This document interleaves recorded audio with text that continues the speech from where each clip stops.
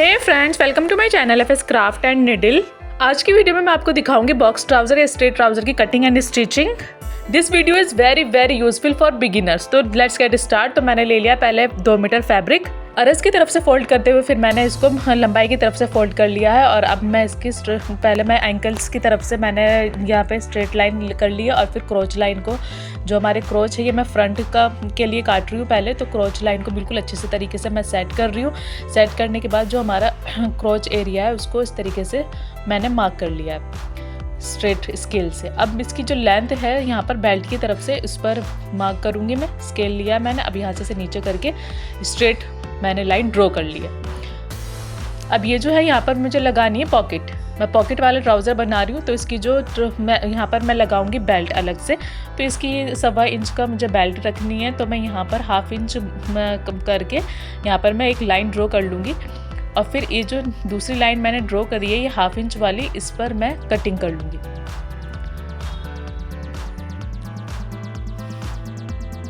Cutting करने के बाद में ये फ्रंट पीस हटा देती हूँ। अब ये नीचे वाला पीस मैं अलग रख देती हूँ। हम बैक पीस काटेंगे बाद में, अपना बैक काटेंगे।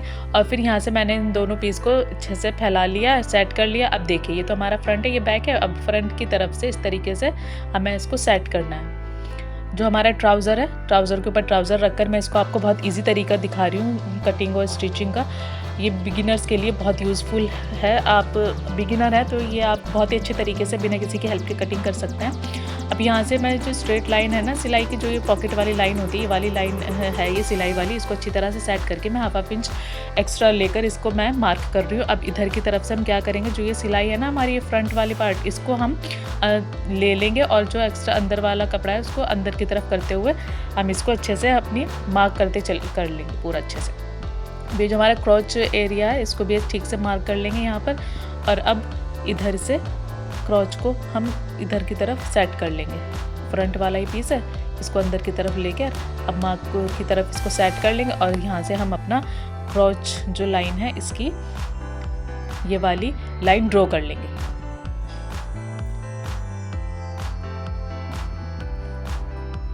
अब जो हमने ये निशान लगाया है उस पर हम यहाँ पर पहले हम क्रोच लाइन लेंगे और फिर क्रोच लाइन पर हम यहाँ से साइड की लाइन पे इस तरीके से खींचकर मैंने बेल्ट का मार्क कर लिया। और ये वाली शेप वाली स्केल से शेप देते हुए अब ये हमारा पूरा हो गया। अब इसको हम कर लेंगे कटिंग। ये हमारे फ्रंट की कटिंग हो गई। इसका एक्स्ट्रा जो है हम बाद में कटिंग कर लेंगे। अब ये हम बैक वाला जो पीस है बैक ट्राउज़र के लिए, इसको बिछा दिया। पहले हम ये स्ट्रेट कट मार्क लगा लेते हैं जो हमारे नीचे ऊपर नीचे हो रहा है कपड़ा उसके लिए। अब हम बैक की तरफ से इसको बिछा लेते हैं। मैं क्रोच एरिया आपकी तरफ कर देती हूँ ताकि आपको ठीक से नज़र आ जाए। अब यहाँ पर एंकल्स पर हम निशान लगा लेंगे। एंकल्स के लिए हमने एक लाइन ड्रॉ कर ली है नीचे फोल्ड करने के लिए। अब हम क्रोच पर अपनी एक लाइन ड्रॉ कर लेते हैं। और अब यहाँ पर अच्छी तरीके से हम सेट करेंगे इसको। पीछे वाला जो पार्ट है, क्योंकि बड़ा होता है पीछे वाला पार्ट जो होता है उठा हुआ और आगे वाला नीचे होता, तो इसको हम अच्छे से क्रोच वाले लाइन को कर लेंगे। और हम इसको भी 1/2 इंच डाउन करते हुए इसकी कटिंग करेंगे क्योंकि हमें यहाँ पर बेल्ट लगानी है। अब इसको अच्छी तरीके से बिल्कुल रखते हुए हमें अपनी लाइन ड्रॉ कर लेनी है। वाली साइड वाली लाइन सेट करके मैं यहाँ पर मार्क कर रही हूँ। 1/2 इंच एक्स्ट्रा ले रही हूँ मैं, क्योंकि मेरा जो ट्राउज़र है स्ट्रेचेबल फैब्रिक है और ये रियोन यूज़ कर रही हूँ मैं फैब्रिक, तो ये स्ट्रेचेबल नहीं है, तो मैं इसलिए 1/2 इंच की लूजिंग रख रही हूँ। आप अपने स्टफ के हिसाब से देख लीजिएगा। अब यहाँ पर देखिए ये ना 1/2 इंच जो है 1/4 इंच अंदर जा रही है सिलाई, तो मैं 1/4 इंच यहाँ पर एक्स्ट्रा रख रही हूँ और 1/2 इंच में एक्स्ट्रा रख रही हूँ क्योंकि मेरा कपड़ा ये स्ट्रेचेबल नहीं है और जो ट्राउज़र है ये स्ट्रेचेबल है। और यहाँ से एंकल्स आपको जितने रखना है आप उसके हिसाब से रख लीजिए।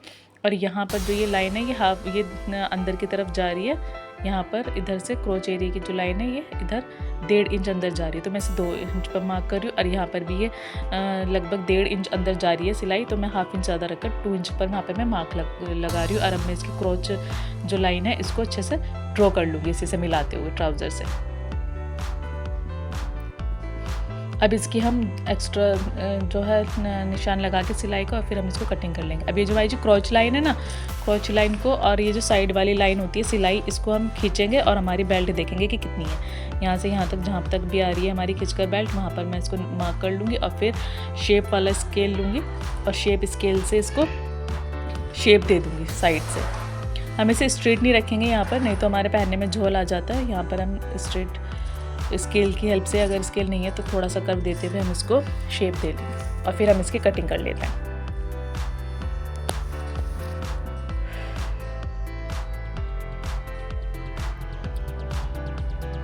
कटिंग करने के बाद जो हमने फ्रंट पीस काटा था उसका यहाँ से नीचे से इसकी कटिंग सेट कर लेंगे और यहाँ पर जो हम इसकी लंबाई देखने के बाद में अब यहाँ पर इस तरीके से एक स्लैंडिंग लाइन ड्रॉ करेंगे और इसकी कटिंग कर लेंगे।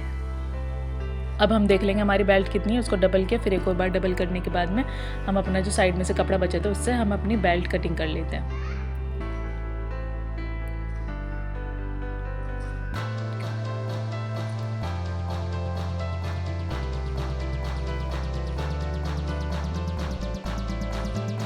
ये हमारे बेल्ट हो गई है कटिंग। चलिए अब हम सिलते हैं। अब हम सबसे पहले पॉकेट लगाने, तो पॉकेट के लिए ले लिया मैंने 2 पीस। ये है 8 इंचेस और इधर से इधर है ये 10 इंचेस। तो एक पीस मैंने ले लिया है पहले। ऊपर की तरफ मैं इसको मार्क कर रही हूँ, यहाँ से यहाँ तक कि ये 2.5 इंच और यहाँ पे 5.5 इंच पर मैं इसको मार्क कर रही हूँ। ये हमारे अच्छे से पॉकेट में हाथ जा रहा है, तो ये बिल्कुल ठीक है। और फिर उसके बाद में एक स्लैंडिंग लाइन इस तरीके से ड्रॉ कर लेंगे मार्क से मार्क मिलाकर, और यहाँ पर हम कर लेते हैं सिलाई। ये सिलाई हमारी हो गई। अब यहाँ से यहाँ तक जो ये है इस पर थोड़ा सा मार्जिन रखते हुए मैंने इसकी कटिंग कर ली है। अब इसे यहाँ पर हम एक टॉप स्टिच लगा लेते हैं।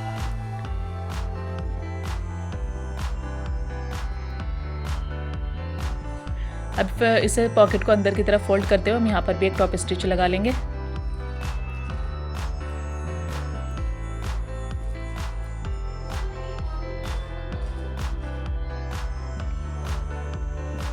यहाँ पर मैंने जो दूसरा पीस लिया था उसको मैं सेट कर रही हूँ और यहाँ से यहाँ तक अब इसको हम पॉकेट अंदर से सिल लेंगे।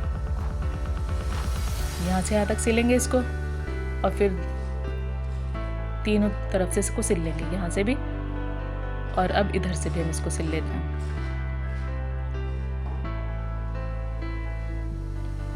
ये 4 साइड हो गई हैं, तीनों तरफ नहीं, चारों तरफ से हम इसको सिल लेंगे। अब पॉकेट की सेटिंग बिठा लेंगे हम किस तरीके से, मैं आपको दिखाती हूँ। पॉकेट की सेटिंग बिठाएंगे, हम यहाँ पर भी सिलाई करेंगे ताकि जब हम इसको साइड में से पीस, इसका बैक पीस इसमें हम सिलें तो हमें परेशानी ना हो। तो इससे हम फ्रंट के भी सिल लेंगे। जब हम बेल्ट लगाएंगे ना तो ऊपर नीचे नहीं होगी हमारी पॉकेट, इससे सेट रहेगी। ये हमारी पॉकेट रेडी हो गई। अब मैं दूसरे भी पॉकेट रेडी कर लेती हूँ, आपको दिखा देती हूँ। रेडी करके दोनों पॉकेट मैंने रेडी कर लिए हैं दोनों फ्रंट पीस पर। अब एक फ्रंट पीस मैंने इस तरीके से रखा है, उसके ऊपर मैं बैक पीस रख रही हूँ इस तरीके से, जो बैक पार्ट की मैंने कटिंग करी थी। अब यहाँ से और यहाँ से मैं आपको सिल कर दिखा देती हूँ। ये सिल लेते हैं, ठीक है। सिलकर इसकी सेटिंग हो गई। अब दूसरा जो लेग है वो भी मैंने तैयार कर लिया, उसको भी सिल लिया। अब एक लेग तो सीधा कर लेंगे। सीधा करने के बाद जो ये हमारा दूसरा लेग है उसके अंदर इसको इस तरीके से इंसर्ट करते हुए ऐसे हम क्रॉच लेंथ जो है हमारी, जो क्रॉच लाइन है पूरी, उसको हम सिल लेंगे। इस तरीके से हम इसकी सेटिंग बिठाएंगे। इसको सेट करते हुए यहाँ से अब हम इसकी सिलाई कर लेंगे, ठीक है। ये देखिए इस तरह से ये सिलाई कर लेंगे।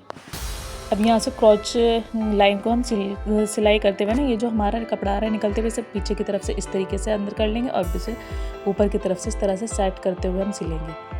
इससे क्या होगा ना, जैसे झोल आ जाता है ना क्रॉच लाइन की तरफ, वहाँ पे झोल नहीं आएगा।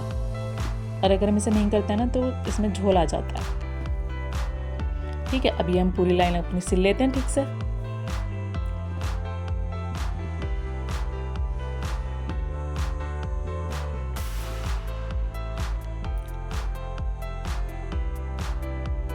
देखिए मैं आपको सीधा करके दिखा देती हूँ झोल वाली। देखिए यहाँ पे जो हमने सिला था ना, उसका फ़ायदा ये होता है कि यहाँ पर फिनिशिंग आ जाती है, झोल नहीं आता है। अब हम अपने एंकल्स जो है उनको सिल लेते हैं। इनको ऐसे अंदर की तरफ फोल्ड करेंगे सिलाई रखकर और ऐसे चारों तरफ इसको सिलाई लगा लेते हैं।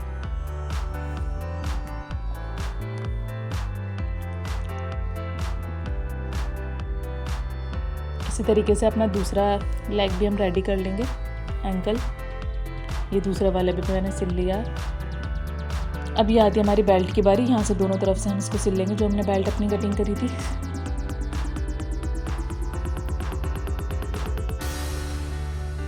यहाँ से हम देखेंगे कि हमारा सेट आ रहा है क्या, और फिर उसके बाद में इसे इस तरीके से टाइट्रोन और टेप की हमें ज़रूरत होगी। जितनी हमारी ये है इलास्टिक है इतनी हमें अपनी जो है ये टाइट्रोन जो है बुकरम पेस्टिंग वाली मैं यूज़ कर रही हूँ बुकरम, इसका मैं तो आप उसी इतनी ही आपको चौड़ी बुकरम ले लेनी है। मैंने कटिंग कर ली 8 इंचेस की, मैंने इसे कटिंग कर ली है।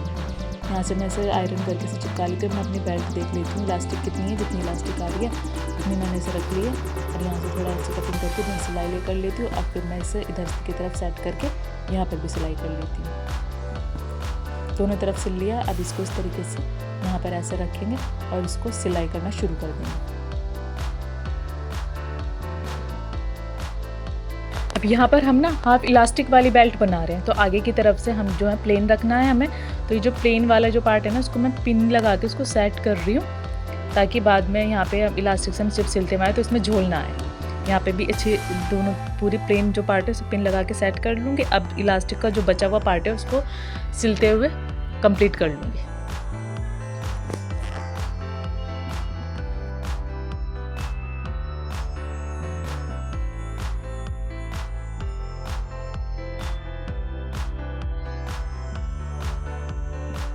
इलास्टिक को इस तरीके से खींचकर सेट करने के बाद ऊपर से यहाँ पर सिलाई लगा लेंगे बीच में इलास्टिक के ऊपर। ये हमारा इलास्टिक सेट हो गया। मैं इसको आयरन करके आपको दिखा देती हूँ कि हमारा ये ट्राउज़र कितना इजी तरीके से कटिंग और स्टिचिंग हुआ है और कितने परफेक्टली तैयार हो गया है।